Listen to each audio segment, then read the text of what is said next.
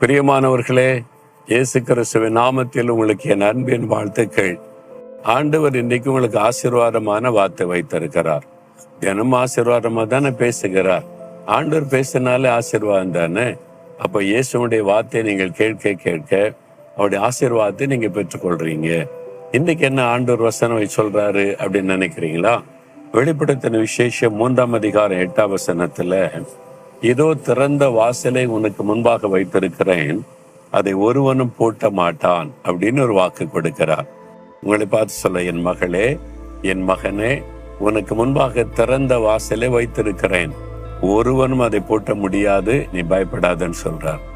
ஒரு ஆசீர்வாதமான வாசல் திறக்கப்படுது. யாரும் அதை பூட்டிடுவாங்களோ, தடை வந்துருமோ நீ கலங்குறீங்களா? ஒருத்தனும் பூட்ட முடியாது. நான் உனக்கு ஆசீர்வாதமான வாசலை திறக்கும் போது யார் பூட்ட முடியும் என்று ஆண்டவர் கேட்கிறார். பொதுவா இந்த வசனத்தை ஊழியக்காரங்களுக்கு தான் சொல்லுவாங்கல்ல. திறந்த வாசல் உனக்கு வச்சிருக்கிறேன் ஊழியத்துல, அப்படிதான் பொதுவாக. நான் அப்படிதான் எனக்கு ஆண்டவர் வாக்குத்தத்தமா பேசி இருக்கிறார். ஆண்டவர் வாக்கு கொடுத்த மாதிரி திறந்த வாசலை வைத்திருக்கிறார். ஊழியத்துல கதவு பூட்டப்படவே இல்லை. இப்போ ஊழியம் செய்யறதுக்கு நேரம் தான் போதலை, நாட்கள் தான் போதலை. ஒரு நாள் ஊழியம் இல்லையேன்னு சொல்லி வீட்டுல முடங்கி கிடந்ததே கிடையாது. அப்ப ஊழியத்துக்கான திறந்த வாசல் எல்லாருக்குமே அப்படித்தான் ஆண்டவர் ஊழியத்துல ஆசீர்வதித்து பயன்படுத்த விரும்புகிறார். இது ஊழியக்காரங்களுக்கு தானே அப்படின்னு நினைக்கிறீங்களா? ஊழியர்களுக்கு மாத்திரம் அல்ல. பிசினஸ் செய்றீங்களா? உங்களுக்கும் பிசினஸ்ல ஒரு திறந்த வாசல் இருந்தாதான் ஆசீர்வாதத்துல முன்னேறி போக முடியும்.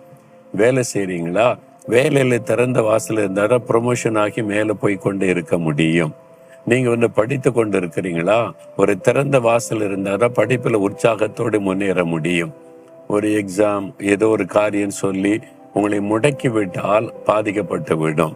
அப்ப ஆண்டவர் சொல்றாரு, ஒருவனும் பூட்ட முடியாது, நான் உனக்கு திறந்த வாசலை வச்சிருக்கிறேன், முன்னேறி போய்கிட்டே இரு அப்படின்னு ஆண்டவர் சொல்றார். அது இவ்வளவு பெரிய பாக்கியம் இல்ல? இந்த திறந்த வாசலை உண்டாக்குவதற்கு இந்த வாசலை அடைக்கிறாள் யாரு? பிசாசு. அவன் தானே வாசலை அடைச்சி நம்முடைய ஆசீர்வாதத்தை தடுப்பான்.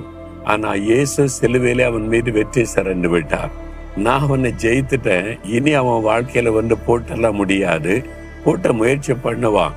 நீ விசுவாசத்தோடு, கர்த்தர் எனக்கு திறந்த வாசலை வைத்திருக்கிறார், சாத்தானே அதை நீ பூட்ட முடியாதுன்னு சொல்லி ஜெபிச்சு பாருங்க. அவன் வழி விட்டுதான் ஆக வேண்டும். தேவனுடைய வாக்குத்தத்தத்தை சொந்தமாக்கி நீங்க ஜெபிக்கும் போது அந்த வழி திறக்கப்படும். சில இடங்களுக்கு போறதுக்கு நான் ரொம்ப நாள் ஜெபிச்சிருக்கிறேன். அந்த வாசல் அடைக்கப்பட்ட மாதிரி இருக்கும். சில தேசத்துக்குள்ள, சில பட்டணத்துக்குள்ள போய் சுவிசேஷ அறிவிக்க, அப்ப ஆண்டோட இந்த வாக்குத்தத்த வசனத்தை சொல்லி ஜெபிக்க ஜெபிக்க ஜெபிக்க அந்த தடை விலகி கதவு திறக்கப்பட்டு அங்கே போவதற்கான வாய்ப்பை கர்த்தர் உண்டாக்கி தருவார். அப்ப நீங்க ஜெபித்து தான் அந்த ஆசீர்வாதத்தை பெற்றுக்கொள்ளணும். விசுவாசிக்கணும், ஜெபிக்கணும், அந்த அற்புதம் நடக்கும். விசுவாசிக்கிறீங்களா? கர்த்தர் திறந்த வாசலை வைத்திருக்கிறார், சாத்தானால் அதை பூட்ட முடியாது, மனிதனால உங்களுடைய ஆசீர்வாதத்தை தடுக்க முடியாதுன்னு விசுவாசிக்கிறீங்களா? அதை அறிக்கையிட்டு ஜெபம் பண்ணணும். சரியா?